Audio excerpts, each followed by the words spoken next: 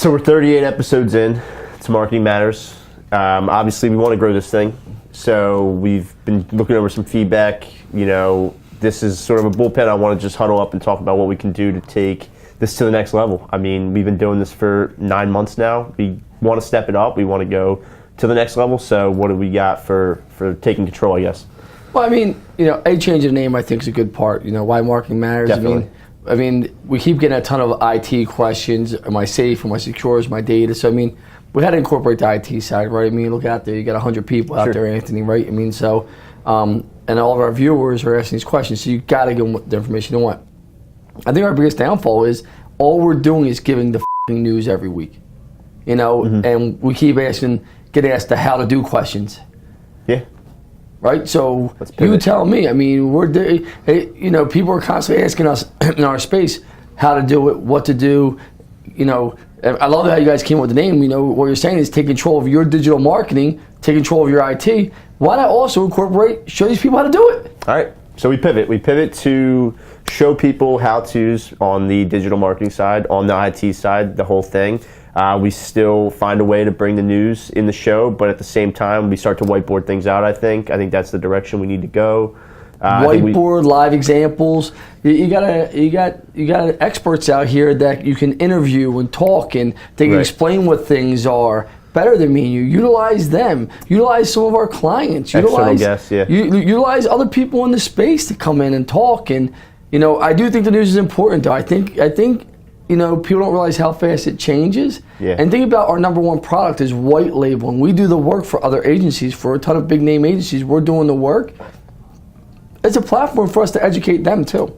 Absolutely. And I think, you know, our goal with Marketing Matters was always to provide value to people that are watching. I think that we still want to do that, but hearing what people actually want and hearing that people want to know the how-to and they want to learn a little more while they're watching, I think that should still be the goal. Let's provide value to the people that are watching, but in a different way. I mean, if we can provide more information, even better. Well, I think you hit the nail on the head there. I think the me and you, the news are important. We're constantly changing, learning what's going on. We're reading. I think to some people, the news isn't as important, right? I mean, definitely. I think so. You're falling on deaf ears there, and people aren't going to go research on the how to do. People are trying to ask us how to do. I mean, think about this. Your inbox and your phone rings with tons of how do I do? How would I do that? That was great information, but how do I do it? Where do I go? So why don't we show them how to do it? Why things don't matter? What are the right expectations? How do you know why rankings don't matter? Should probably be our first one. Why don't rankings matter? Think about how often we ask those questions. Definitely. And then we can go from there. What's important KPIs? What should we be looking in GA? What should we be looking at Google My Business? What should we be looking at remarketing? Social media, Facebook. Why is Instagram so important? Why is Snapchat laying people off? All these things, and then show them the how and why, and then still incorporate the news. All right, definitely. Well, we got the roadmap. I think we got a lot to work from. I think it's going to take some time, but I think that we can get this right and take control of the next level. And bring Boy Wonder into it on the IT side. Because aren't you getting tired of having to walk over, ask him a question?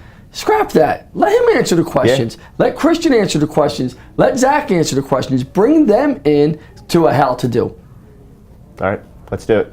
All right. I'm excited. Me too.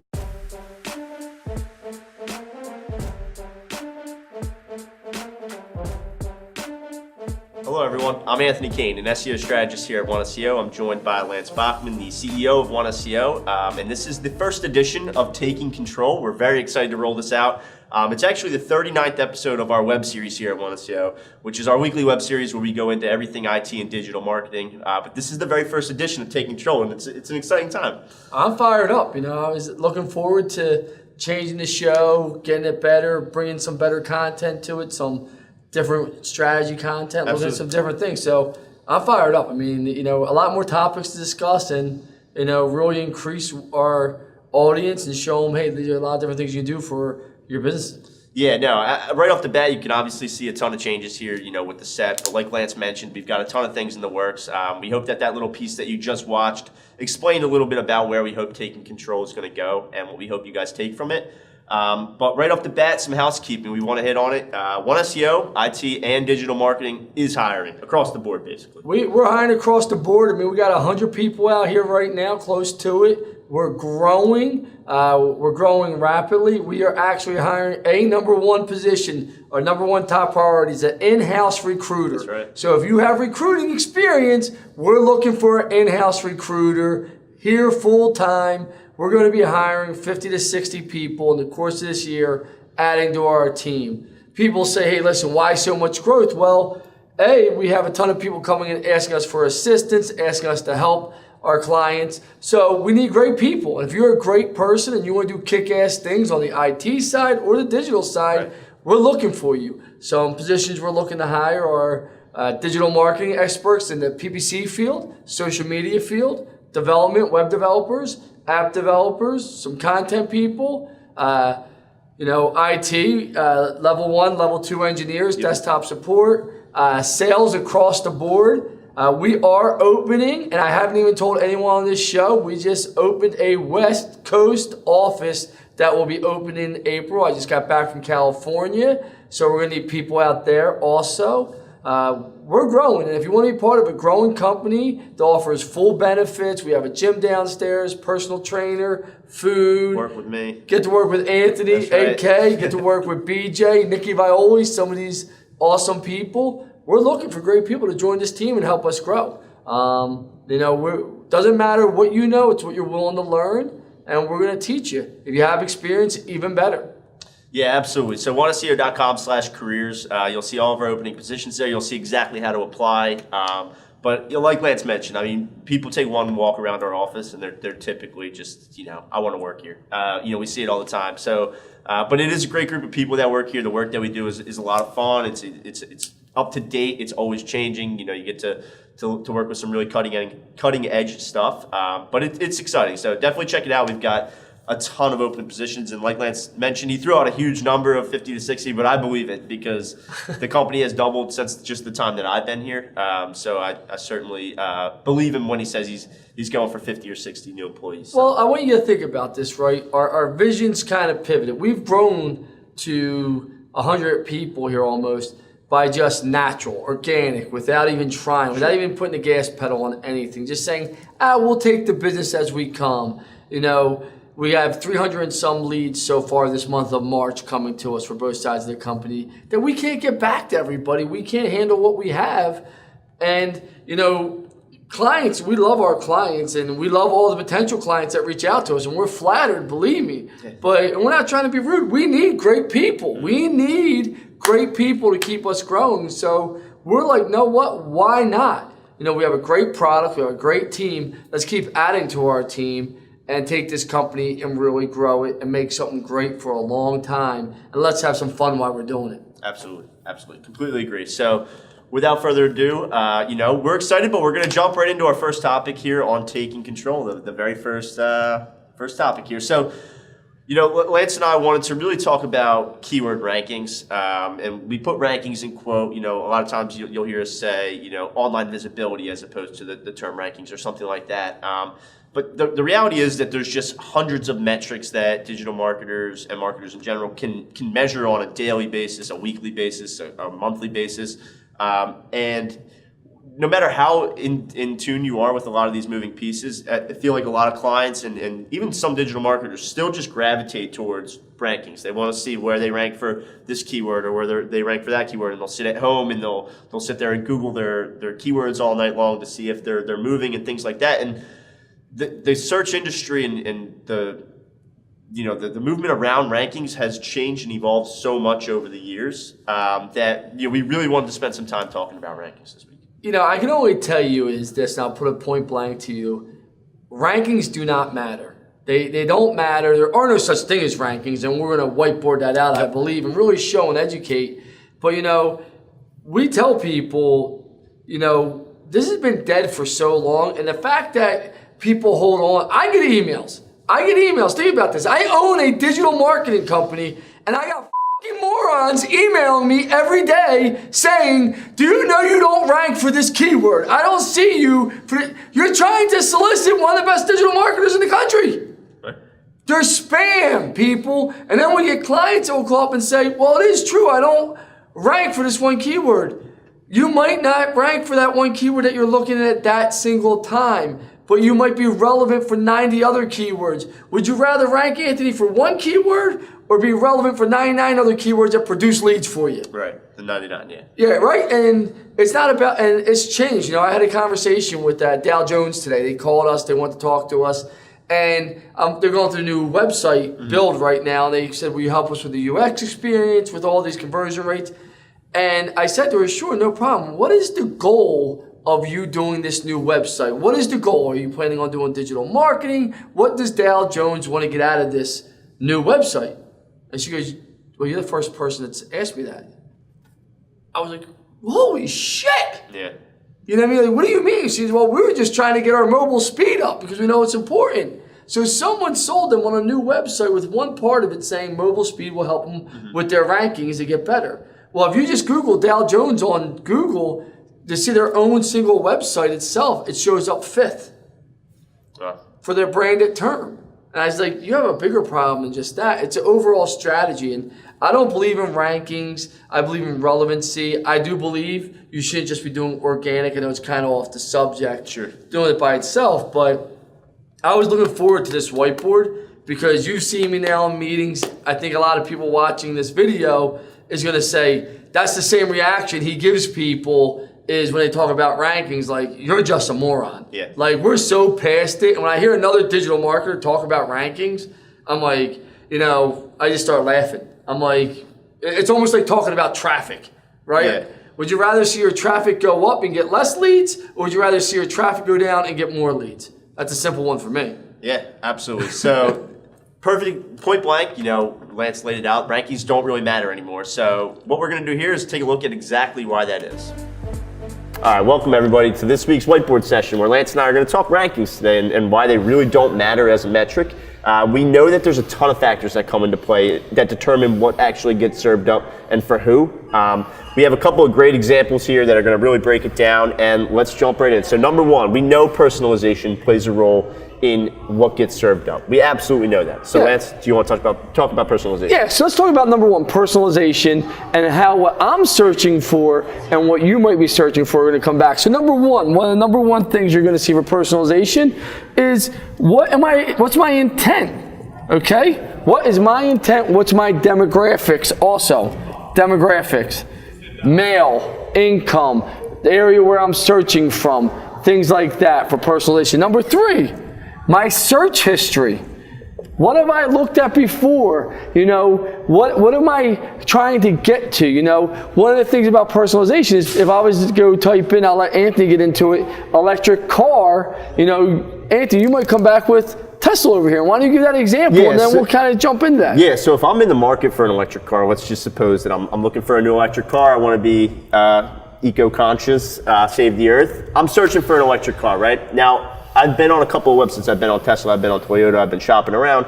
I search for electric car. I might see Tesla as the number one. I might see Toyota as the number two. Google knows, hey, this guy's in the market. He's probably looking for a car. Let's serve him up actually, you know, manufacturers, people that are going to sell him a car.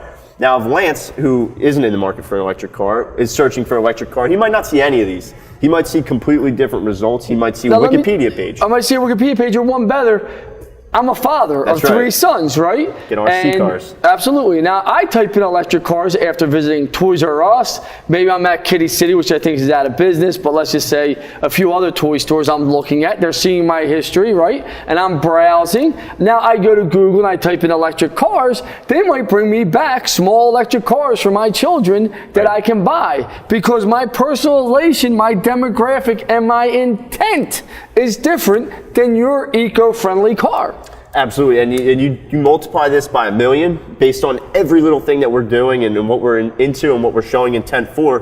Google's going to shift these results around for everybody. So it's impossible for us to say, well, electric car, you know, Tesla ranks number one for electric car. Well, it might rank number one for me, but it might be on the second page for Lance. So how can you even put a number on that? And that's the example for personalization. Absolutely. Diving into device. So we know that device is a huge, huge piece of this. So the famous battle of if you're searching on your desktop or you're searching on your mobile, the reality is people are searching on both, but mobile and local searches are on the rise completely across the board. Absolutely. They have been for years. So suppose I'm in Philadelphia and I'm searching for Philly bars.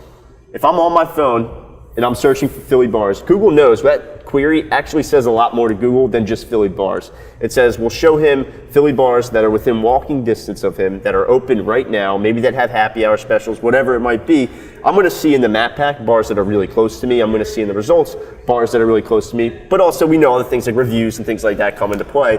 But suppose Lance is at home on a Thursday night and he's searching on his computer for the same query, Philly bars. He's planning the trip for Friday or Saturday. He might get a completely different list of Philly bars. He's likely to get a completely different list of bars than I do because he's on a different device. That the intent's completely different. I'm outside of that location, which you're going to get into. Yep. But not even that, with this part right here, and I'm mobile right here, Google actually knows if I'm in a car driving as I'm doing the search based on the speed that I'm going. So that's going to bring back, and they actually look and see where I'm heading, what I'm doing. They're going to try and give you the intent for what you want versus, like you said, somebody walking down Walnut Street and you Google Philly bar or beer specials or craft beer bars, you're probably going to come back with Brew Teddy's place right there so you can just walk, go, and go to it, right? Big difference on what you're going to get on that device. And desktop, obviously, is going to be a totally different set. If I'm at home doing it from Bucks County, looking for a Philly bar, and that's where it gets, I think, a little bit more cloud and not as granular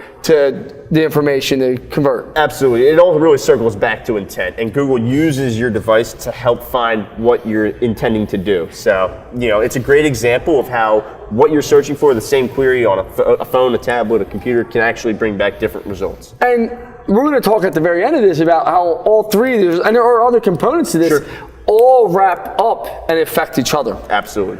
So rolling right into number 3 here, we've got location. This is one of my favorite examples. So if you're in Pennsylvania, right, we'll label the dog for PA right here. Because if I'm in PA, if I go to my computer and I search bulldogs right now, I'm going to get a little mustache. I'm going to get nothing but like Wikipedia pages about the brand, the breed history, a lot about the actual dog, which makes sense because Absolutely. It doesn't mean anything else to me here.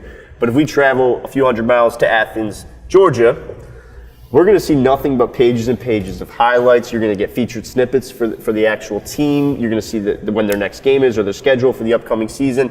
You're going to see nothing but the Georgia Bulldogs because that's incredibly relevant to the people in Athens, Georgia. Whether it's the hundreds of thousands, the students that go there, the community, the people, it's completely different. And this is a really, really simple, bare bones example. And we use it a lot because it just makes sense. But this comes into play for local service businesses as well. Oh my God, this is about as, I call it dummy proof. You ever read like that book for dummies, right? I mean, it's about as dummy proof as Anthony can make it for you.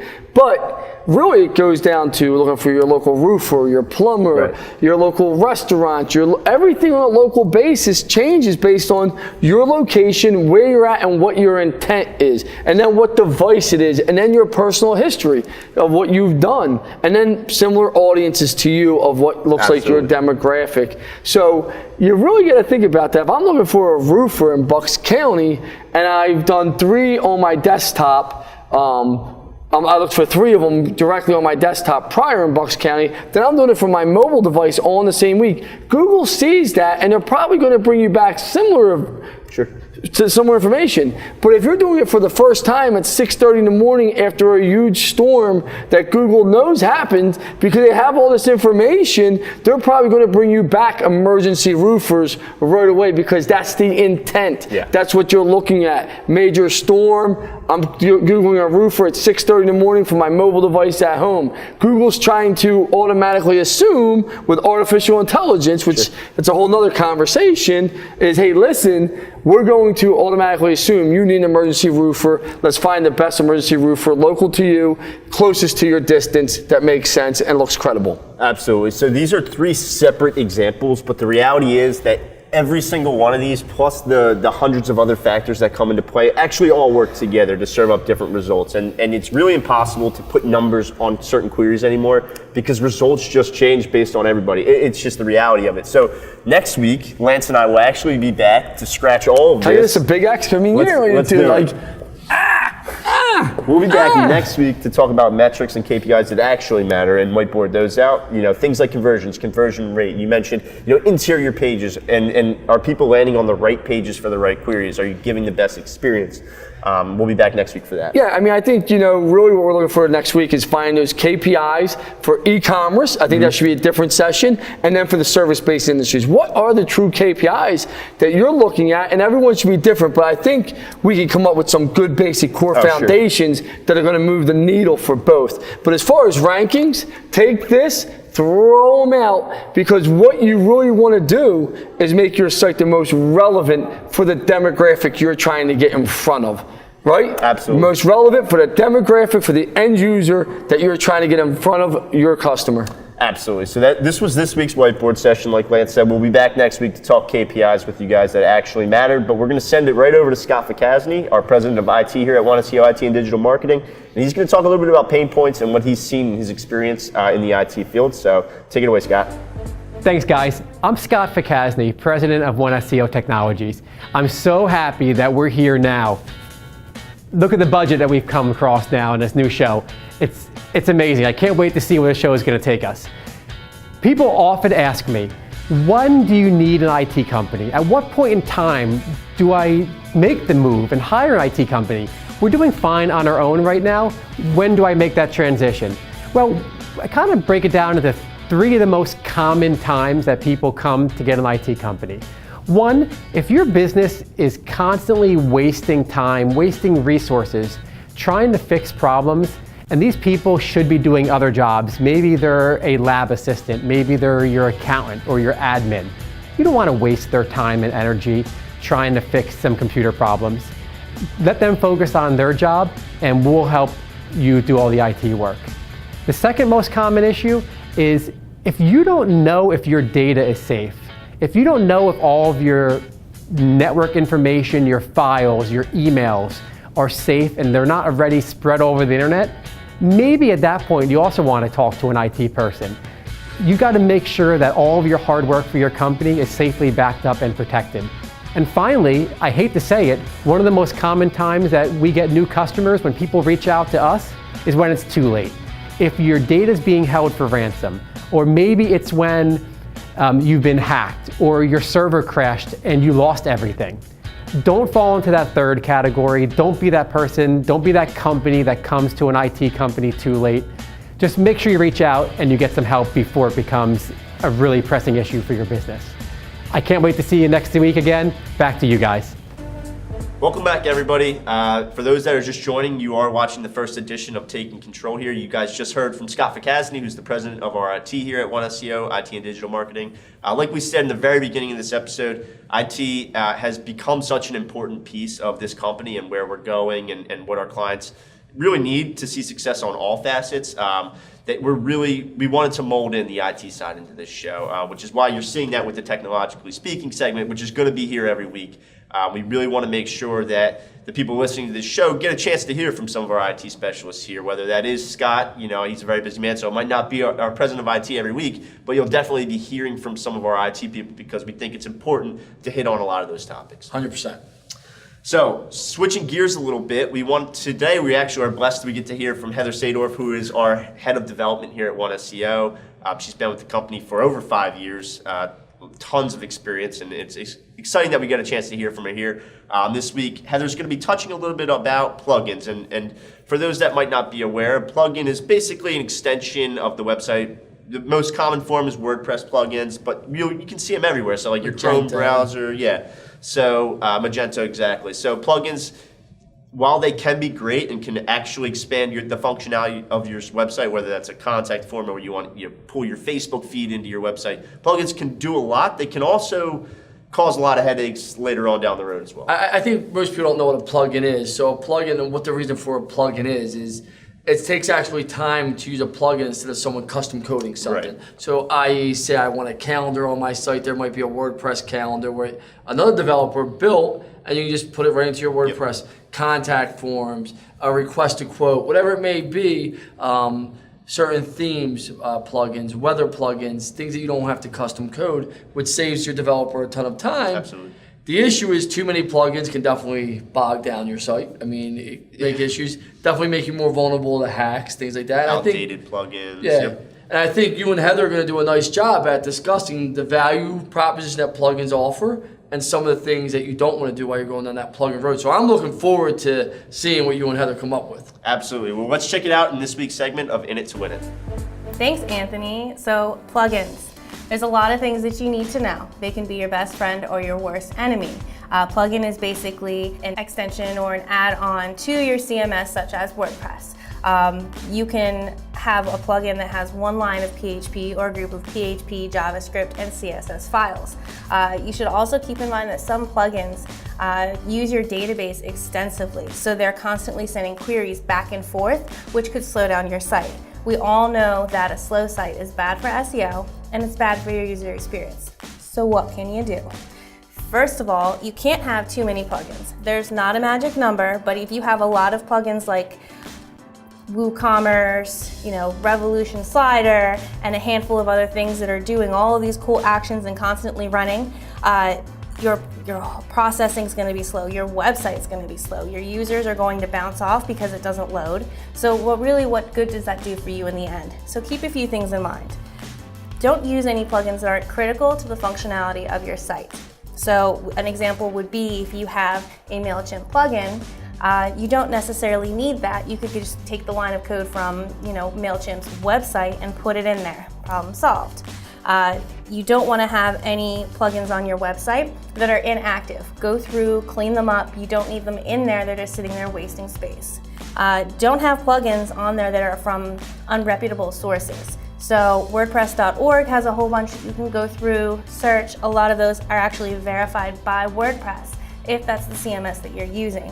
The reason for that is because if you have spotty code or you have a plugin that hasn't been updated by the developer in like 3 or 4 months, you'll be susceptible to hacks, and we all don't want that, let me tell you. So when you're going through looking at all of these different features, make sure that you have a small amount. I mean, there's such thing as too much of a good thing. So let's take it slow, look at what you have on there, and make sure that these are all kind of working together.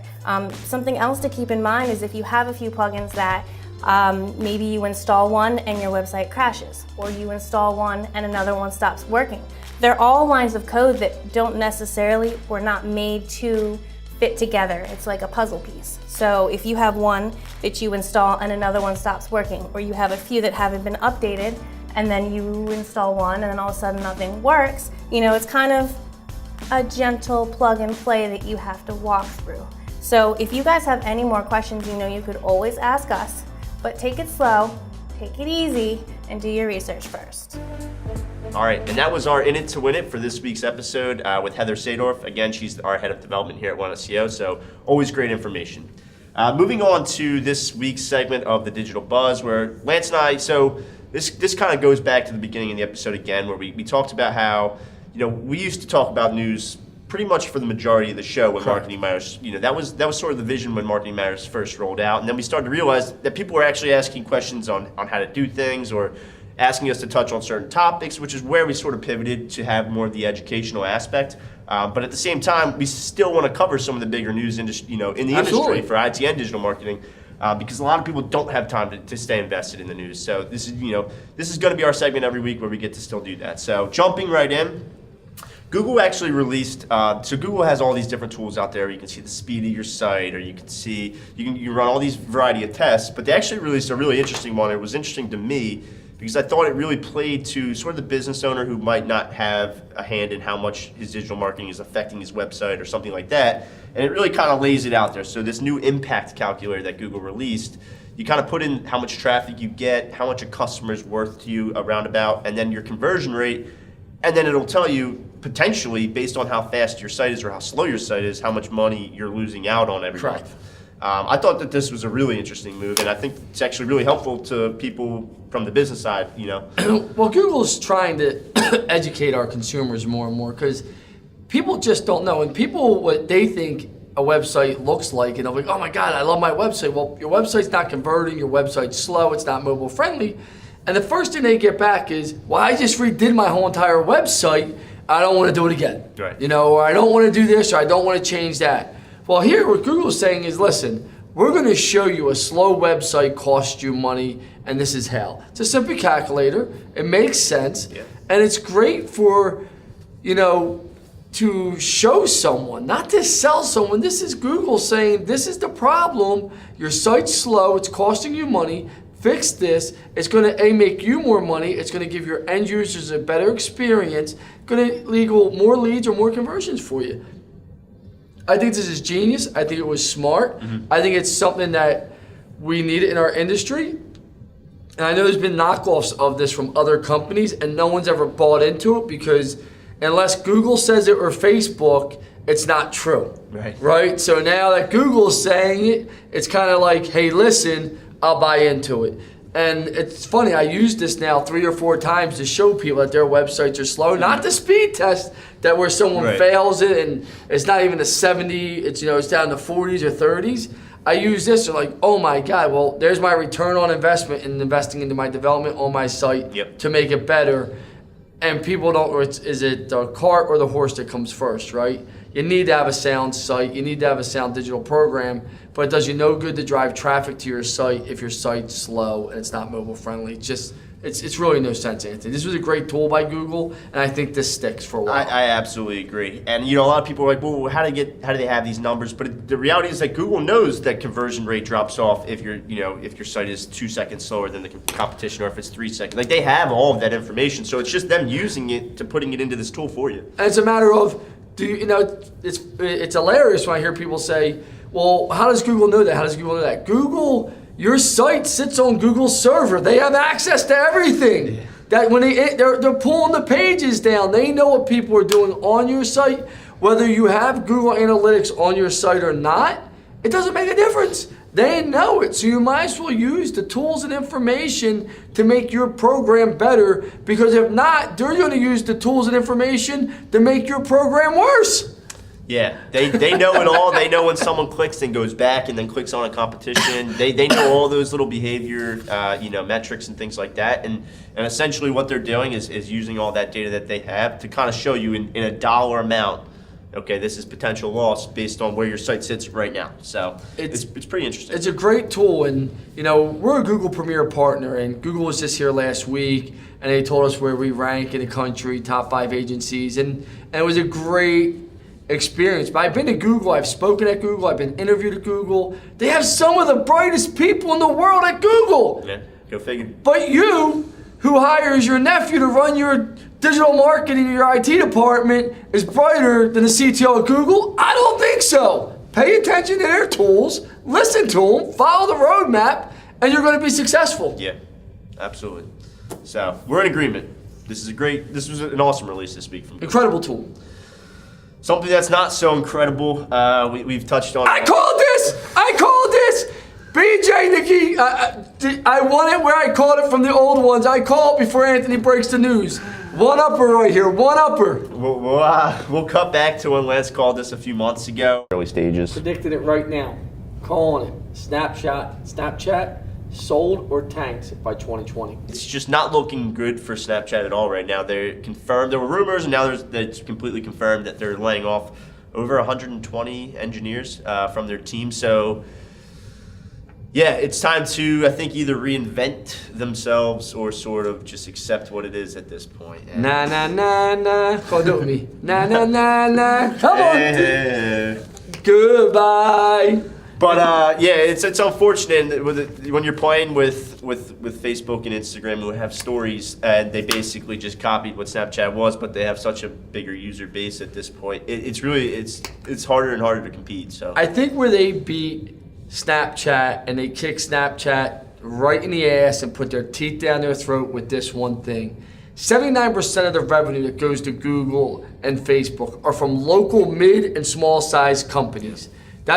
So when we go to these SMBs at Google or Facebook, we know about 80% of their revenues come through agencies like ours, right? The small, mid-sized clients, and granted we represent some Fortune 500 companies here, but our core wheelhouse are small, mid-sized companies, right? And that revenue funnels through agencies like us. So they know they need to have good relationships with us. They went to the local market and they said, here, listen, advertise with us, come with us. Snapchat is still only, besides the filters, national. Right. So think about that. all that money they left off the table to collect from your plumbers, your roofers, your local retailers, all these people that their demographic is here, they never found a way to put into their infrastructure. How do I get that local advertising dollars, where that's what everyone's really fighting for? Yeah, absolutely.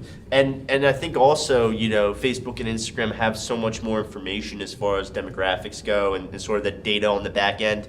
Whereas with Snapchat, you really don't have like a profile, a user profile. Like, granted, they've got information on like how you behave within the app, and they got more naked pictures than anyone, Anthony. And they've got more information than I think we actually know they do. But it's just not as much as sort of those beasts where like Facebook, I can target teachers in Bristol, Pennsylvania if I wanted to. Whereas with Snapchat, you mentioned, don't really have a local solution at all, let alone a really granular one like Facebook and Instagram and some of those platforms. So it's it's unfortunate to see them like this. They should have just accepted the offer from Facebook when $4 billion. did. $4 billion. They decided to do it on their own, and Facebook said, well, okay, we'll just... So here's a message to everybody out there. Started with Groupon, those smug people that had no clue. They got, I think, offered $3 billion, correct? Something Groupon, like that, something like $3 billion. They said no. I think their evaluation right now is at like $400 million. You do the math. What should they have done? Bye-bye Groupon. Snapchat, $4 billion. They just keep going down and down and down. The bottom line, if Google shows up at your door or Facebook and offers to buy you, sell! Or they're Sell! Or they're just going to do it themselves. Yeah, so that's what it is. Now, in other industry news, Lance and I wanted to mention this, and that's that Rand Fishkin is officially cut ties with Moz. He'll still have his hand in a few things. I think he's still sitting on the board at Moz. He's on the board, and he's still the majority owner with the other private Correct. equity firm of stock of 21 or 24%, correct? Yep. But he has moved away from Moz, and we knew that this was kind of coming. I think he made an announcement a few months ago, but it's sort of official. And he's also moved on to his next project, which is Spark Toro, which is sort of a new.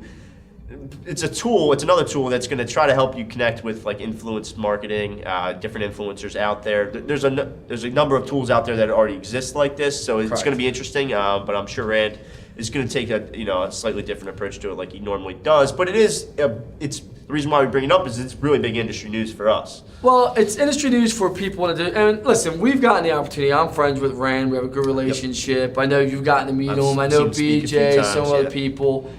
It's tricky, and 5-6 years ago, they were a really big player in the space, and now I personally look at Moz as sort of just like a resource for like news or the Whiteboard Friday or like the blogs, because they're great thought leadership there and things like that. I don't look at them so much as the tool anymore because there's just a lot of options out there. There's a lot of options out there. Their scraping's inaccurate at times, as we know. Some of the information they pull back is inaccurate. It hasn't gotten better as some of the other tools out there. And I do think Rand leaving, I think Rand single-handedly, I hate to say this, made that organization, but he made that organization. He gave them credibility. Nobody could deny that Rand knows what he's talking about when it comes to SEO. I mean, he knows it. I mean, he knows the space. He's a very bright individual. He's been in it for years. It's now a matter of, he sold part of his company for money, brought VC money in. I don't know. He wrote part of that in his goodbye letter of, was that the tipping point for him, right? Mm-hmm. Was that, your vision and mission versus, making the bank happy, right? And you guys hear me talk about it all the time here at One SEO. We're debt free for a reason. I don't want to have a gun to my head for anyone.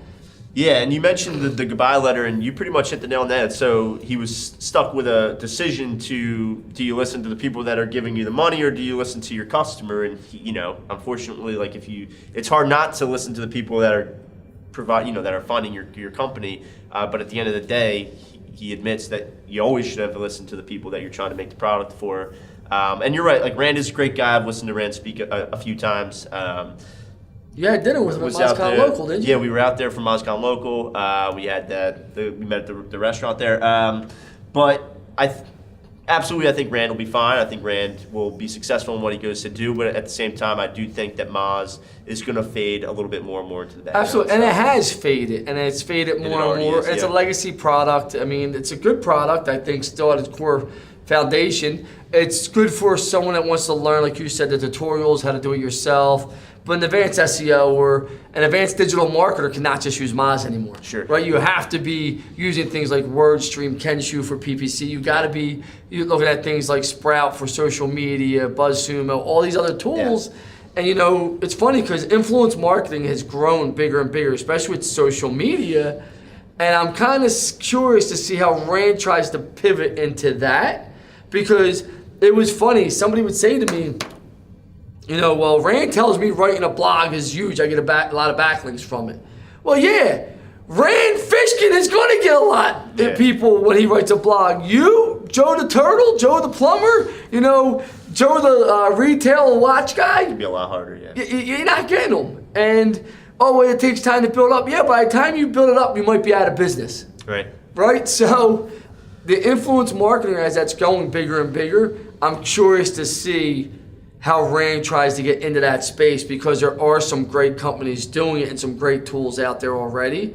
310 Shakes, I think, is probably one of the best ones that we've seen really use influence marketing to grow their company through social media. And there's a few other people I've seen. Yeah. So I'm curious to see how Rand pivots into that space, because it's really a totally whole different approach to true digital marketing.